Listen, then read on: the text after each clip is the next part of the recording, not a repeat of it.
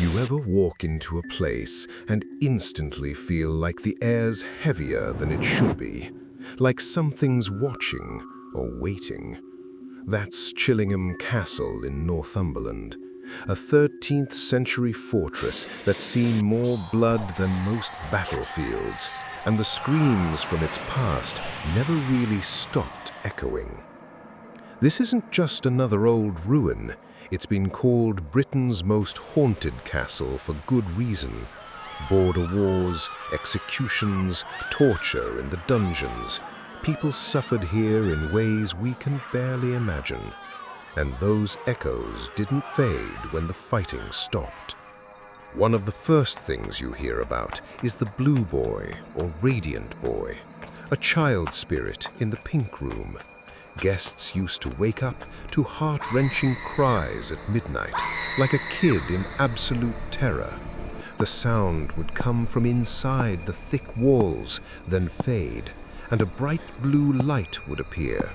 A small boy in blue would walk toward the bed, surrounded by a halo. They even found bones bricked up in the wall years later. Imagine lying there, hearing those cries get closer, knowing no one's coming to help. Then there's Lady Mary Berkeley. She haunts the corridors, not with screams, but with the rustle of her dress and sudden cold chills. Her husband ran off with her sister, left her alone in that massive castle.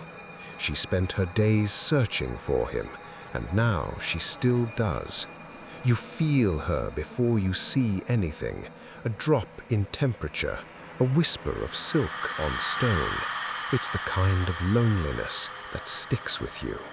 Down in what they call the torture chamber, though the real one's hidden beneath the tea room, the air feels wrong.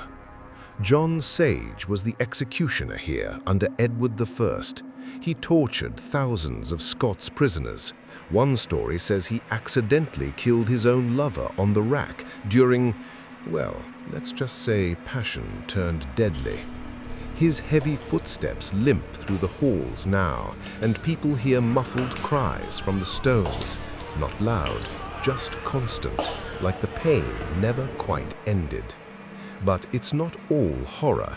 There are quieter presences, a frail woman in white in the pantry, shadowy figures in the chapel, even the wild white cattle on the grounds that feel like guardians of something ancient. Chillingham isn't about jump scares.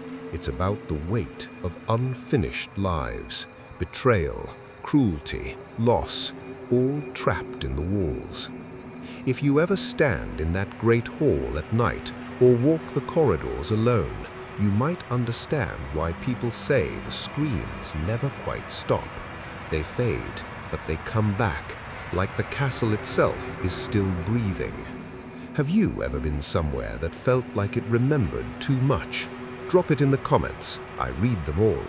Subscribe for more real UK haunts that get under your skin. Next time, we'll step inside another place where the past refuses to stay buried.